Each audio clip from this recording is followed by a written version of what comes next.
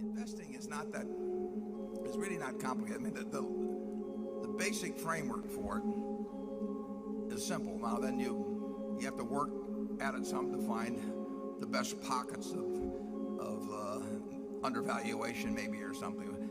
But you didn't have to have a high IQ. You didn't have to have lots of investment smarts to buy junk bonds in 2002. Or even to do some of the stuff that was available when LTCM got in trouble. You really just had to have sort of the courage of your convictions. You had to have the willingness to do something when everybody else was petrified. But that was true in 1974 when we were buying stocks at very, very, very low multiples of earnings. It wasn't that anybody didn't know that they were cheap. They were just paralyzed for one reason or another. That the lesson of following logic rather than emotion, is something that's obvious, and some people have great trouble with it, and others have less trouble. Charlie, can you give any more on that? Well, I think this is different. When we were young, we had way less competition than you people have now. There weren't very many smart people in the investment management field. There really weren't. And you should have seen the people who were in the bank trust departments.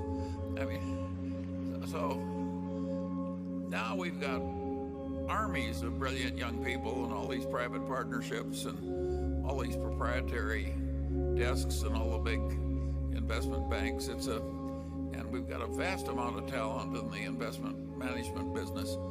And there's a lot of competition. If there were suddenly a crisis now, there would be 500 firms that would be studying it intensely, each having capital that they could commit on a hair trigger.